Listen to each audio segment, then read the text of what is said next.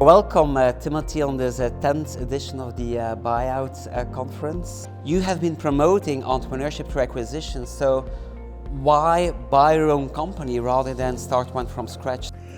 I guess the first reason is because if you don't have an idea for a company, does that preclude you from being an entrepreneur? Absolutely not. There's nothing wrong with going out and looking for a company to buy, to run as its CEO, but it's very entrepreneurial because the idea here is to buy typically a smaller type business that has growth potential, and so through that growth, you can create the exact same type of curve that a startup entrepreneur could create if they were successful. But we know that 90% of startups fail, and here I would argue that if you buy the right company, doing good due diligence, and you run it well as a CEO with a good team, you should have a 90% probability of success. So you can really inverse the odds.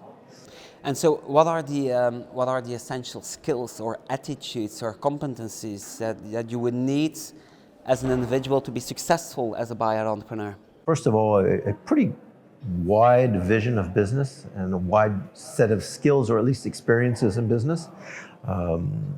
To be a leader, you need to have a certain amount of charisma. You have to have vision. You have to have the ability to motivate people. I think it boils down a lot to the organization and who you surround yourself with in a company that'll make or break it. So it's being a jack of all trades and maybe master of some, at least.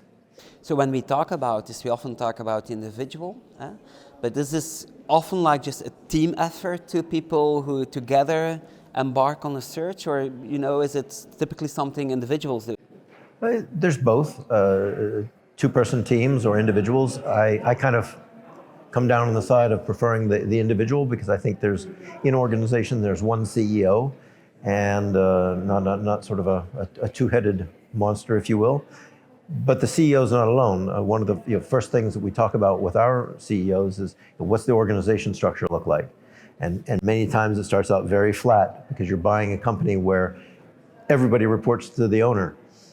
And then when a buyout entrepreneur comes in as a CEO, slowly you start seeing it structuring with more managers and creating a better hierarchy, which means a responsibility and communication structure.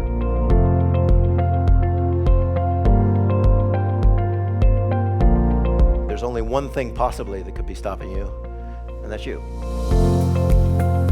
And so for these buyout entrepreneurs, of course, one important reason why people want to buy their own company is to realize an entrepreneurial dream, to be autonomous. But is that from a financial point of view, you have all these different career options. Is that also typically an attractive option?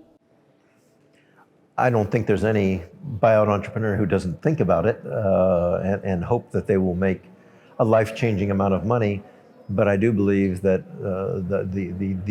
by far the number one driving factor here is the desire to be a CEO, to be in control of their lives and their destiny, and to reap the rewards and to suffer the consequences of their own decisions, and rather than being part of a large machine where they feel disconnected between what they do and what the results are.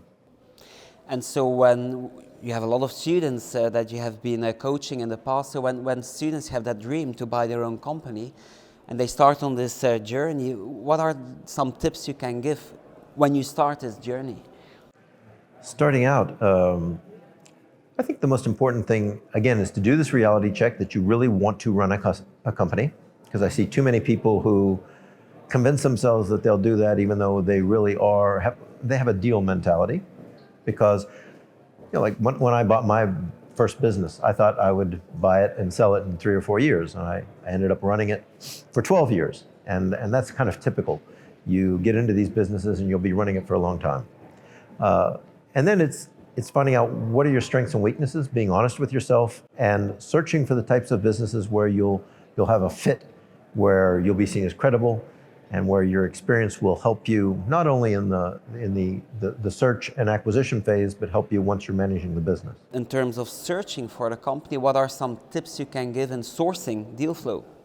So what we recommend, we do what is called a proprietary search.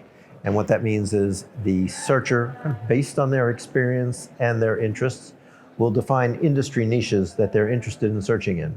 And healthcare is not an industry niche. Pulmonary or respiratory therapy, that's an industry niche, something that is small and well defined. Then they would do web scraping to identify the companies in that niche, screen those to find out which ones look interesting, and then send an email out to the company owner, finding out whether or not they might be interested in having a discussion for a potential sale of their business.